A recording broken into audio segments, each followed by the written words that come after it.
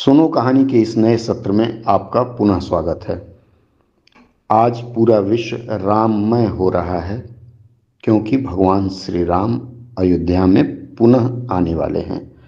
इसी अवसर पर आज की रचना भेजी है आदरणीय श्री विनय सिंह बैस जी ने। सियाराम जी के सेवक हैं और इस रचना का वाचन कर रहा हूं मैं, विनय कुमार शुक्ल। आइए शुरू करते हैं। राम इस लोक के हृदय में बसते हैं, इसलिए उन्हें लोकनायक कहा जाता है। इस भूलोक और संस्कृति दोनों में राम समाहित हैं। माता सीता और भगवान श्री राम विश्वव्यापी हैं। यह पूरे विश्व में लोकप्रिय हैं। प्रमाण के लिए शुरुआत अखंड भारत का हिस्सा रहे पाकिस्तान से करते हैं। पाकिस्तान का लाहौर का ऐतिहासिक नाम लवपुरी था, जिसकी स्थापना प्रभु राम के पुत्र लव ने की थी। यह नगरी उनकी राजधानी हुआ करती थी। बाद में इसका नाम लौहपुरी हुआ और फिर इसे लाहौर कहा जाने लगा। अब भी यहाँ के किले में लव का मंदिर है। कुछ कुछ वर्षों पूर्व तक हिंदू विश्व का एकमात्र हिंदू देश रहा पड़ोसी नेपाल तो भगवान राम की ससुराल है। वहाँ पर जनक जी का महल और वह यज्ञशाला आज भी स्थित है, जहाँ पर भगवान राम से चारों भाइयों का विवाह हुआ था। नेपाल वासी आज भी भगवान राम को अपना दामाद मानते हैं और प्रत्येक शुभ कार्य पर अयोध्या उपहार भेजते रहे हैं। एक और पड़ोसी देश श्रीलंका में भगवान राम से संबंधित तमाम तथ्य और निशान बिखरे पड़े हैं। एक टीवी चैनल ने तो श्रीलंका में भगवान राम की निशानियों को लेकर कई घंटों का एक पूरा कार्यक्रम किया था। श्रीलंका का यह पर्यटन मुख्यतः इसी पर आधारित है। बर्मा में रामायण कई रूपों में प्रचलित है। लोक गीतों के अतिरिक्त रामलीला की तरह के नाटक भी खेले जाते हैं। बर्मा में बहुत से नाम राम के नाम पर है। रामवती नगर तो राम नाम के ऊपर ही स्थापित हुआ था। अमरपुर के एक विहार में सीताराम, लक्ष्मण और हनुमान जी के चित्र आज तक अंकित हैं। इबोनिया का मालागासी महाकाव्य अपने भव्य कथानक में भारतीय महाकाव्य रामायण से मिलता जुलता है। मलेशिया को रावण के नाना के राज्य के रूप में माना गया है। मलेशिया में राम कथा का प्रचार अभी तक है। रामायण का मलेशियाई संस्कृति हिकायत शेरी राम के रूप में जाना जाता है। वहाँ मुस्लिम भी अपने नाम के साथ अक्सर राम, लक्ष्मण और सीता नाम जोड़ते हैं। थाईलैंड के राजा अपने को राजा राम एक्स मानते हैं। थाईलैंड के पुराने रजवाड़ों में भरत की भांति वे सभी अपने को रामवंशी मानते थे। थाईलैंड का राष्ट्रीय ग्रंथ रामायण है। राम किएन, जिसे रामायण कहा जाता है हिंदी में, देश का राष्ट्रीय महाकाव्य है। भारत से करीब 4500 किलोमीटर की दूरी पर स्थित देश कंबोडिया में रामायण को रिमकर के नाम से जाना जाता है। रिमकर यानी राम की महिमा हो। विश्व का सबसे बड़ा विशाल अंकोर वाट, यहाँ विष्णु भगवान का मंदिर है। यहाँ की संस्कृति में भगवान राम घर घर और लोगों के दिलों में बसते हैं। यहाँ राम को हर आम आदमी की कहानी से जोड़कर देखा जाता है।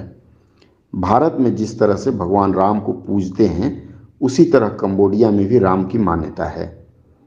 विश्व के सबसे बड़े मुस्लिम देश इंडोनेशिया में रामायण का प्रतिदिन राष्ट्रीय टेलीविजन से प्रसारण होता है और जनसंख्या के हिसाब से विश्व में सबसे ज़्यादा रामलीलाएं वहीं खेली जाती हैं। जावा में रामचंद्र राष्ट्रीय पुरुषोत्तम के रूप में सम्मानित हैं। वहाँ की सबसे बड़ी नदी का नाम सरयू है।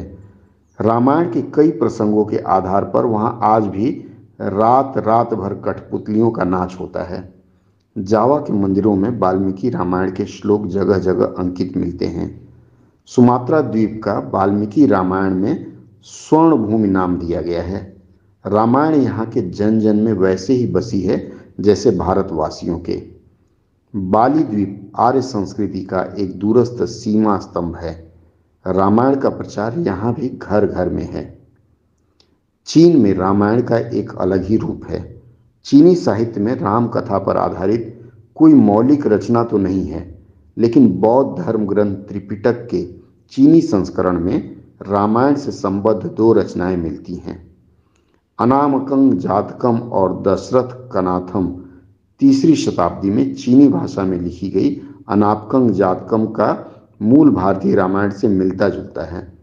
जब तक दशरथ कनाथम के अनुसार राजा दशरथ जम्बूद्वीप के सम्राट थे और उनके पहले पुत्र का नाम लोमो अर्थात राम था। दूसरी रानी के पुत्र का नाम लोमन अर्थात लक्ष्मण था। राजकुमार लोमो में ना लो एन, जिसे नारायण कहा जाता है, तो उनका बल और पराक्रम था। उनमें सेन और रा नामक अलौकिक शक्ति थी। तीसरी रानी के पुत्र का नाम नापोलोरो अर्थात भरत और चौथी रानी के पुत्र का नाम शत्रुघ्न था। तिब्बत में राम कथा को किंगरस पुंसपा कहा जाता है। यहाँ के लोग प्राचीन काल से वाल्मीकि रामायण की मुख्य कथा से परिचित थे। तिब्बती रामायण की 6 प्रतियां तुन हुआंग नामक स्थान से प्राप्त हुआ है। पेरू में राजा स्वयं को सूर्यवंशी ही नहीं, कौशल्या पुत्र राम वंशज भी मानते हैं। राम सीतव नाम से आज भी यहाँ राम सीता उत्सव मनाया जाता है। दक्षिण कोरिया की प्रथम महिला गर्व से अपने को भगवान श्री राम का वंशज मानती हैं। प्राचीन मिस्र के फराओ शासक अपने को रामेसेस कहते हैं। रामेसेस II को लगातार 15 विजयों में रामेसेसन महान भी कहा जाता है, अर्थात इन्होंने 15 युद्धों में विजय पाया था। इसके कारण इन्हें रामेसेसस महान कहा गया है। बेल्जियम के पादरी कामुल बुल्के रामायण से इतने प्रभावित थे कि उन्होंने भारत आकर और यहाँ रहकर दुनिया भर में फैले राम कथा के विषयों पर शोध किया। जॉर्डन नदी के पश्चिमी तट पर बसे एक बड़े शहर का नाम रामल्लाह है। कुर्दिस्तान की एक गुफा में भगवान राम और गदा लिए हुए उनके सेवक हनुमान जी की आकृति मिली है। इन देशों के अतिरिक्त फिलीपींस, वियतनाम, म्यांमार जिसे वर्मा कहा जाता था, लाओस, जापान और प्राचीन अमेरिका तक राम कथा का प्रभाव मिलता है। मैक्सिको और मध्य अमेरिका की मय सभ्यता और इंका सभ्यता पर प्राचीन भारतीय संस्कृति की जो छाप मिलती है, उसमें रामायण कालीन संस्कारों का प्राचुर्य है। दुनिया भर के देशों में साहित्यिक रूप से राम कथा का कोई न कोई रूप तो मिलता ही है। एक रिपोर्ट के अनुसार बुल्के ने अपने शोध ग्रंथ राम कथा उत्पत्ति और विकास में रामायण और राम कथा के 1000 से ज़्यादा प्रतिरूप होने की बात कही है। राम कथा का विश्व की कई भाषाओं में अनुवाद हो चुका है। वर्ष 1609 में जे फेरिचियो ने लिब्रो डा सैटा नाम से राम कथा का अनुवाद किया था। ए रोजेरिस ने द ओपेन रोरे नाम से डच भाषा में राम कथा का अनुवाद किया था। जेवी टावर्निए ने 1676 में फ्रेंच में रामकथा का अनुवाद किया था। वानस लेगेन ने 1829 में रामायण का लैटिन में अनुवाद किया और साल 1840 में सिग्नर गोरेसियू द्वारा इटालियन में रामकथा का अनुवाद किया गया। रूसी विद्वान वारानिको ने 20वीं सदी में रामचरितमानस का रूसी भाषा में अनुवाद किया था, जबकि विलियम केटी ने 1806 में अंग्रेजी में रामायण का अनुवाद शुरू किया था, पर इसे पूरा मार्शमैन ग्रिफिथ व्हीलर ने किया।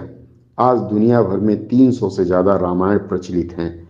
इससे सिद्ध होता है कि राम और राम का नाम अखिल विश्व में व्याप्त है।